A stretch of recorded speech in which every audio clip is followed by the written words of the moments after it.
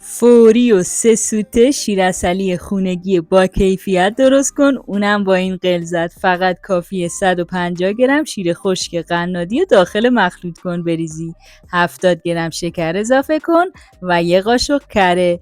بعدم یه مقدار کم آب اضافه کنید تا کاملا مخلوط و یک دست شه. به همین سادگی آماده شد. 1 هفته داخل یخچال نگهداری میشه. اگه این آموزش رو دوست داشتی حتما لایکش کن. برای دیدن آموزش‌های بیشتر حتما پیجم رو دنبال کن.